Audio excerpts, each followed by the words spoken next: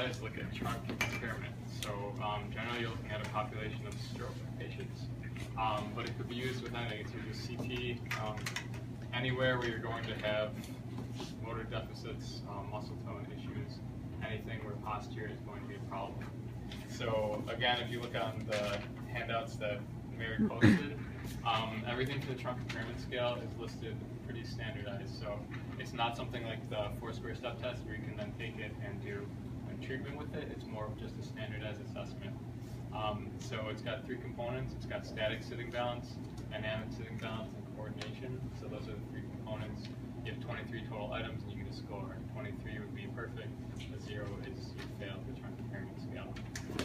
I used it with only 2 patients actually, because I didn't research it until the end of my field work. One patient failed it completely and the other actually passed it with like 21. So it was a very acute, severe stroke versus a very mild stroke. So you can kind of see the difference in how people present. So the trunk impairment scale, how it starts is you are actually, help me out. Oh, sure.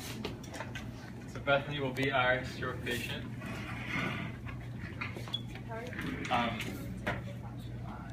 Start normal, and then so if typical posture presents, that's also factored in. So we'll pretend that she is a stroke patient, but she's got entirely normal posture. So she's got no hemiplegic position. She's got no really affected side from what I can see. So we want her to be sitting on the edge of the plinth. She's at a 90-90-90 position. Her knees are over the edge, so her thighs are supported. She's in a nice neutral position. So for the first one, if she can hold that position and not fall over, she passed. A lot of times, and I'm sure Mary would echo this, when you first work with someone's stroke, I know you guys do a lot with arm assessments, hand assessments, shoulder assessments, but one of the biggest things, at least that I found, was getting someone just to be able to maintain an upright position is huge. So you do a lot of like, oh, resist me, try and hold your position. So this is like the basis for the trunk impairment scale, and that's what everything's built on. So all that postural control is important, and that's what we start to look at. So if Bethany was able to hold this is great. She passed the first measure, the first item in the trunk impairment scale. If she presented with hemiplegic posture, so let's get a little interrotation on the knee. Okay, great. So if that's the posture she was in, and she was able to hold it, that's okay. So that's all right for the trunk impairment scale. If you don't have to try and like break her out of that synergy or do anything like that. So she would still be able to pass if she can maintain that posture. She's going to get a score and she's going to move on, and then we can do the test. So just an FYI.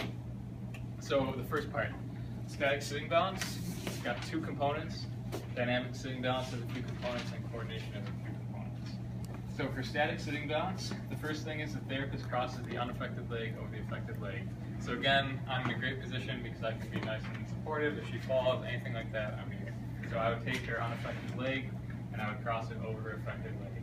And then if she can hold that, she can maintain that position. If we're doing okay, she's passed that part of the test. So for everything, I won't go into each individual compensation.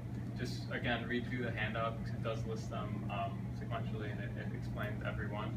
So if she were to cross her leg and she fell back and put her hand out herself? She doesn't have a point because it's maintaining postural control without compensating. So she can't be doing this.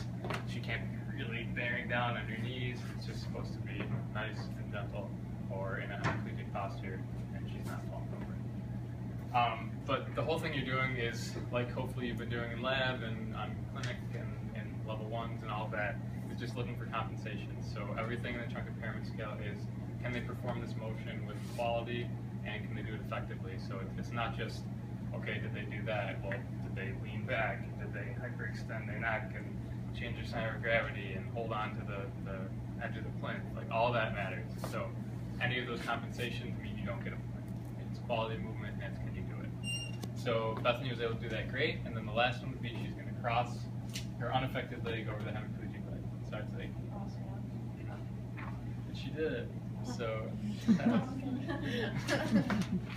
so those are the components for static sitting balance. Then we go into dynamic sitting balance. For that one, she's going to be instructed to touch the better table with the hemiplegic elbow. So again, this isn't, it's a trunk assessment, right? So it's not, can you reach out and touch something? It's, are you turning your trunk? Are you activating those muscles? So if you could touch your right elbow to the button. And she even reached out a little bit, just like unconsciously, and I'd be like, I want you to just try and turn your body. Yeah. So then you can see you've got proper lengthening on one side, shortening on one side.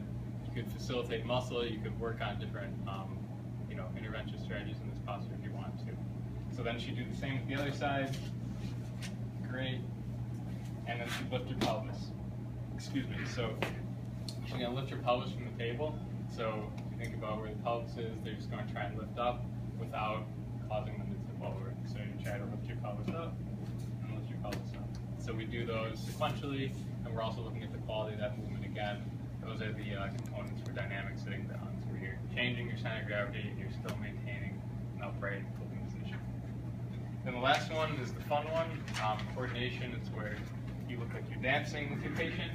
So I'm going to have you rotate your upper trunk 3 times. There we go.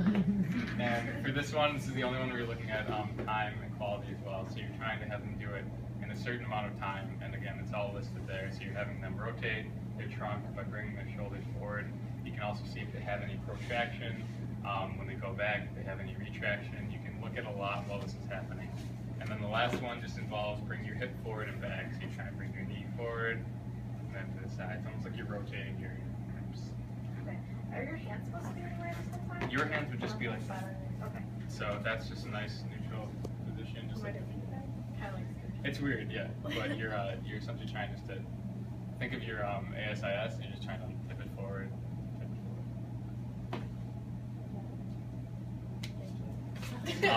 So it's got the static sitting balance, dynamic sitting balance, and coordination components. So that's a trunk impairment scale. It's cool because I didn't find a lot, and I don't think we really learned much, Mary, in terms of just like specific trunk scales. There's not a lot out there, and this is relatively new. I think the original article was like 2010 or 2012.